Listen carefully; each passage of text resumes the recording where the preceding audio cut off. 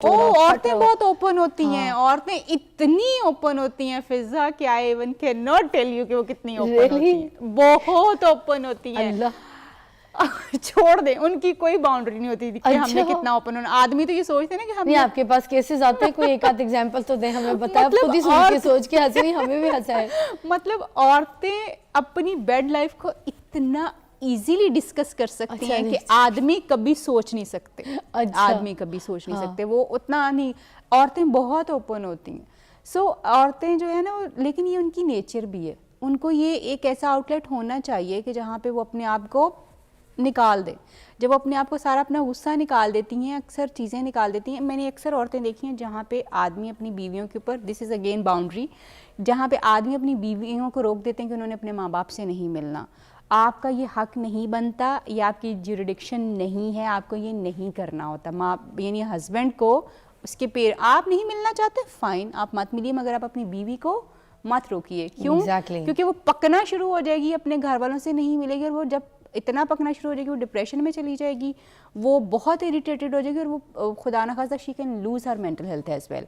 तो आपको ये नहीं करना होता। आपको नहीं पसंद उनसे मिलना, यू डोंट मीट, मगर डोंट स्टॉप हर, उसको मत जो है वो रोकिए, क्योंकि वो जब जाएगी वो अपना गुबार निकालेगी, और वो गुबार निकाल के वो भी आपकी तरह हल्का फुल्का होके जब आएगी तो बहुत सारी चीज़ें वहाँ पे बहन समझा देगी, यार ऐसे कर लिया करो चीज़ें, वहाँ पे अम्मा समझा देगी कि तुम क्या हर वक्त शिकायतें लगाती रहती हो, वो चीज़ों को कर देगी। मगर जब आप उस चैनल को स्टॉप कर देते हैं तो वो फिर जो कुछ भी होता है वो फिर आप पे ही निकलना होता है। Then get ready for that कि ये क्यों कर रही है, वो क्यों कर रही है।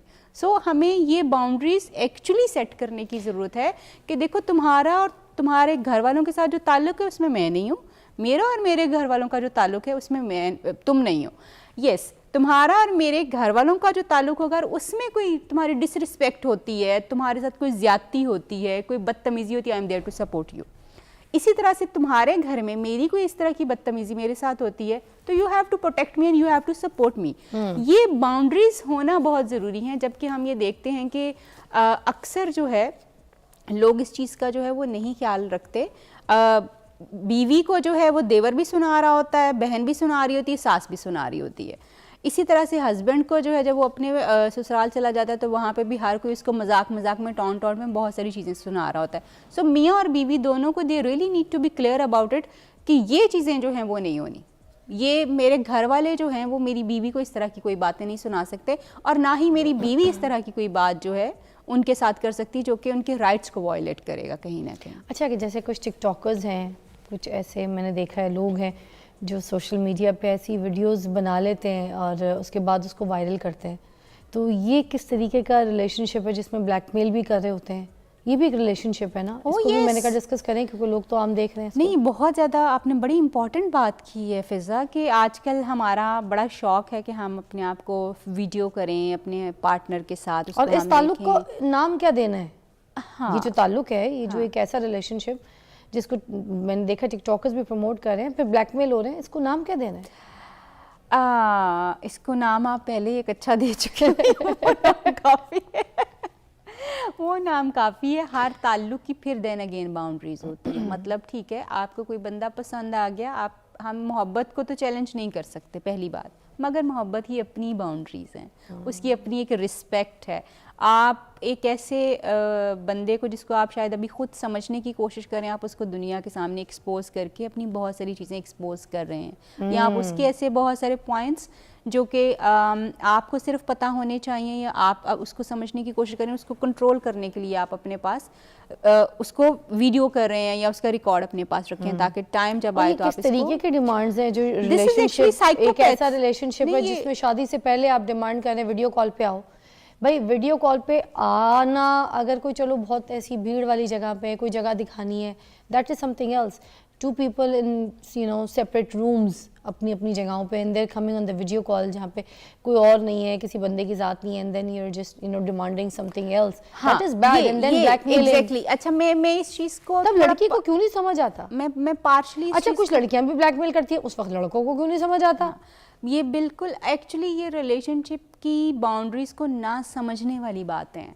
क्योंकि देखें, अगर आप किसी बंदे को नंगा कर रहे हैं तो नंगा तो आप भी हो रहे हैं, आपकी वैल्यूज़ भी तो चैलेंज हो रही है ना, कि आप इतने एक ऐसे फजूल इंसान हैं जिसको ये पता नहीं है कि उसने रिलेशनशिप की इज्जत को रखना कैसे है, वो वीडियो बना के खुद ही वायरल कर रहा है। तो आप सिर्फ उसको नहीं कर रहे, आप अपने आप को भी कर रहे हैं। डोंट फॉरगेट दिस, जब आप किसी पे गंद उछाल रहे हैं वो गंद आपके ऊपर भी आ रहा है, सिर्फ वो बंदा उसका निशाना नहीं बन रहा। देन जो है एक मैंने देखा इनको फर्क ही नहीं पड़ता। नहीं, वो तब फर्क नहीं पड़ता, फर्क ही नहीं पड़ता। ट्रू, यू आर राइट कि कुछ वो उस वक्त उन लोगों को ये शौक होता है कि अगले बंदे को तबाह बर्बाद कर दिया जाए। हाँ। उस वक्त गुस्सा और एंगर जो है उस बंदे के ऊपर इतना ज़्यादा होता है कि वो आप भूल जाते हैं कि नहीं, इस चीज़ को जो है हमने नहीं करना। एट द सेम टाइम आपने देखा होगा फिज़ा कि लोग जो हैं इस तरह की वीडियोस जब बना, जैसे अभी आपने कहा कि वीडियो कॉल के ऊपर आना है, मैं इस चीज़ को तो प्रमोट ज़रूर करती हूँ कि जब आप अपने शोहर के साथ हों, वो मुल्क से बाहर हों, दूसरे शहर में हों, तो do have the video calls ज़रूर करें, ताकि आपका एक कनेक्शन उनके साथ जो है वो ज़रूर बने।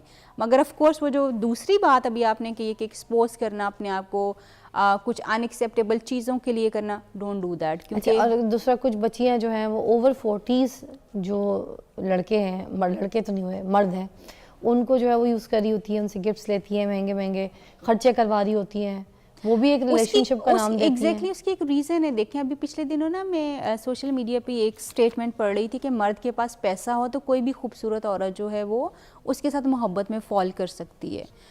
आपकी सोसाइटी को जो खोखला करने वाली चीज़ें होती हैं ना फिज़ा, वो इस तरह के स्टेटमेंट्स होते हैं कि मतलब कोई भी आदमी जो दौलतमंद है, खूबसूरत औरत जो है वो उसके पीछे पागल हो जाएगी और उसके पीछे सारी चीज़ें करना शुरू कर देगी।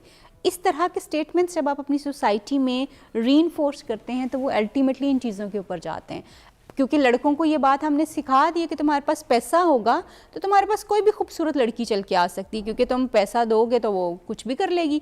एंड देन अगेन हमने औरतों को भी ये चीज़ें सिखा दी हैं कि तुमने पैसे वाला आदमी जो है वही ढूंढना है ताकि तुम्हारी ख्वाहिशात पूरी हो जाए। दैट इज़ वाई मैं ये समझती हूँ कि हम इतने खोखले रिलेशनशिप जी रहे हैं, क्योंकि रिलेशनशिप बनाने की ग्राउंड्स बहुत डिफरेंट है।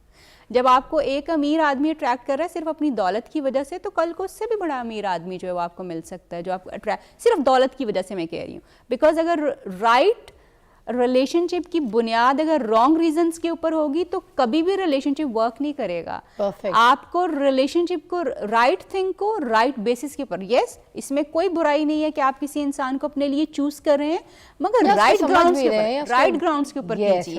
राइट ग्राउंड्स के ऊपर, राइट ग्राउंड्स आपकी वैल्यूज हैं। पैसा आज है, हो सकता है कल ना हो, खूबसूरती आज है, हो सकता है कल ना हो। देन फिजा एक बड़ी इंपॉर्टेंट बात जो औरतों के एंड के ऊपर आती है, मैं बड़ी इस बात की एडवोकेट हूँ कि औरतों को अपने माँ बाप के साथ अपने रिलेशनशिप रखने चाहिए, उनको अपने बहन भाइयों के साथ मिलना चाहिए, मगर मैं एट द सेम टाइम इस चीज़ के बहुत ज़्यादा खिलाफ हूँ। औरतें जो जाके अपने शोहर की ख़ास तौर पे बात करती हैं, अपने फ्रेंड्स के साथ तो बात हो सकती है, मगर जो आपके घर वाले होते हैं ना, क्योंकि बेटी को जो तकलीफ़ शोहर से मिलती है या डिस्टर्बेंस होती है ना, उस शोहर का इमेज माँ बाप की नज़र में, बहन भाइयों की नज़र में ख़राब हो जाता है। अब होता पता क्या, औरतें जाके शिकायत करती हैं अपने शोहर की, छोटी छोटी बातें बहनों को, भाइयों को, सबको बताएंगी। उन्होंने अपना दिल हल्का करना होता है, उनकी आदत है ये। अब वो दिल हल्का कर रही है, मगर उसके साथ साथ अपने शोहर का इमेज जो है वो क्रिएट कर रही हैं अपनी फैमिली के ऊपर। आपका और मेरा ताल्लुक ठीक हो जाएगा आफ्टर सर्टेन टाइम, क्योंकि हमारा तो काम है चिक चिक चिक चिक करना और फिर ठीक हो जाना। लेकिन जो इमेज आप अपनी फैमिली के दिमाग में मेरा क्रिएट कर रहे हैं वो कभी ठीक नहीं होगा, कभी ठीक नहीं होगा। दिस इज़ अ कॉशन कि आप अपने हस्बैंड की और आप अपनी बीवी की बुराई अपनी फैमिली के सामने मत कीजिए।